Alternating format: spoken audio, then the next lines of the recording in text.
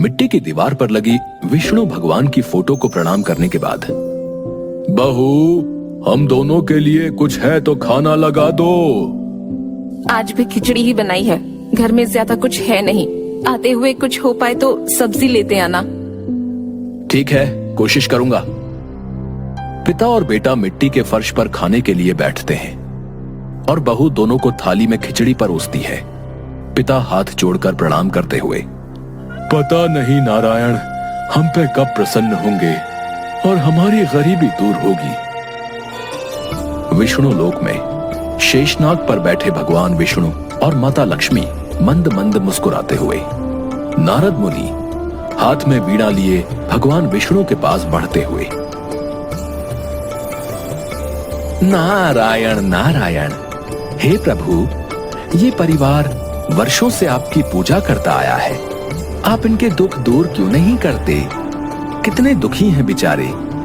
भगवान विष्णु मुस्कुराते हुए, हे नारद, ऐसा इसलिए क्योंकि ये अभी इसके लिए तैयार नहीं है।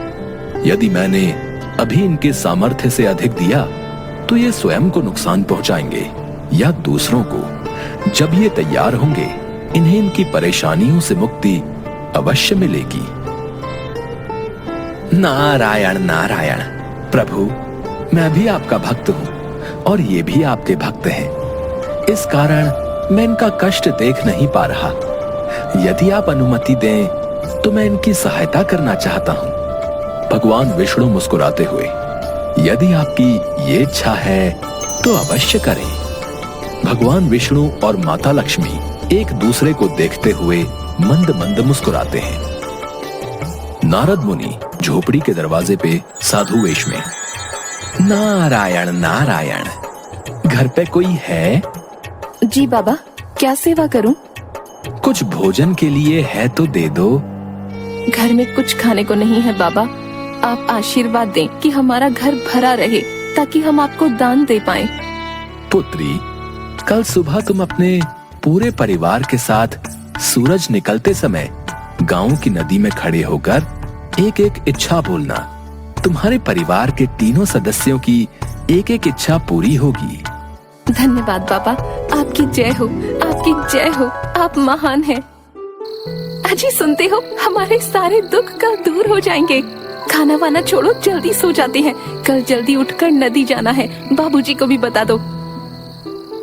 बेटे दरवाजे पर बैठे बाबूजी की कान में, क्या तुम सच कह रहे हो? हाँ बाबूजी, ये सच है। अच्छा ठीक है, फिर चलो सो जाते हैं। तीनों नदी में सूर्य देव को प्रणाम करते हुए, हे ईश्वर, मैं चाहती हूँ कि मैं राजकुमारी बन जाऊं। और वो राजकुमारी बन जाती है, सुंदर कपड़े और जेवर पहने हुए।